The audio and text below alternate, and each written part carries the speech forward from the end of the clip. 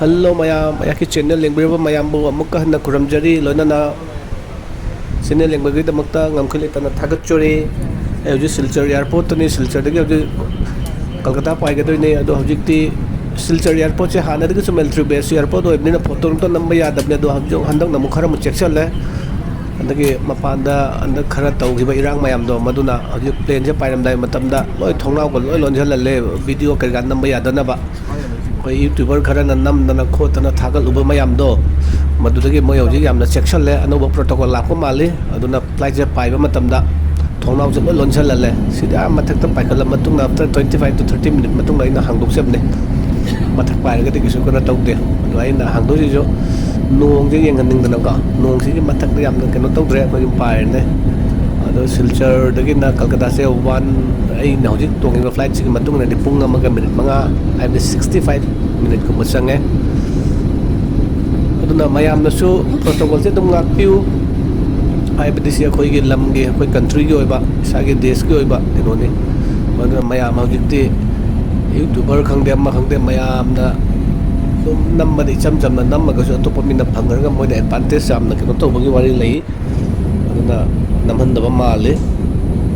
sinong marak siga pipe je aduga ngasi lebak pamna nong budi lei aduga fly se ja bam tamna nik ba khot padu dia amatta keno taw dreng ngasi de yam nungai na dum lae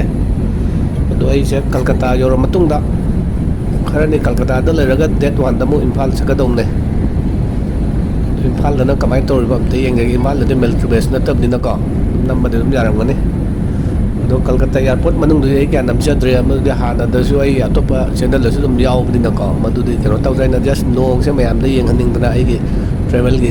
keno taw ni sharing taw ni da dum taw keno taw ne hoji khar ko bai thar ba horam ni yoram dai ge ni si se aduna se hajo du ni kai ma Silcher airport ta keno taw ga su photo nong to nam da video clip na moina ya drabni nambi urano masi khoi ge lam khoi desh ke chakhon na ba hai tare mina hendana bane mina kano laudana ba advantage laudana bane yo Kolkata the landing taw do re landing processing lo na jo landing taw re hai ba taw do kitang ngai ram ne adu plane gi keno di ko second tara ga se kisuna te mo di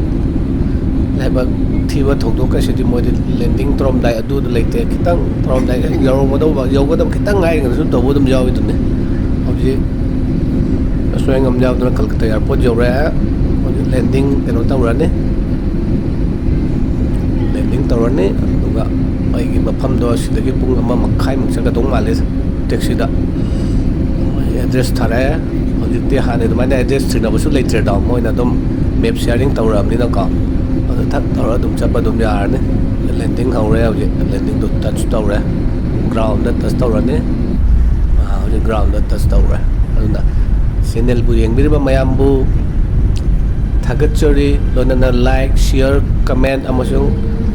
subscribe tawbirao Kolkata airport jormina ngasi gi video asi matang asi lo sanjarga yengbiriba mayam bu handa na kuramjari bye bye.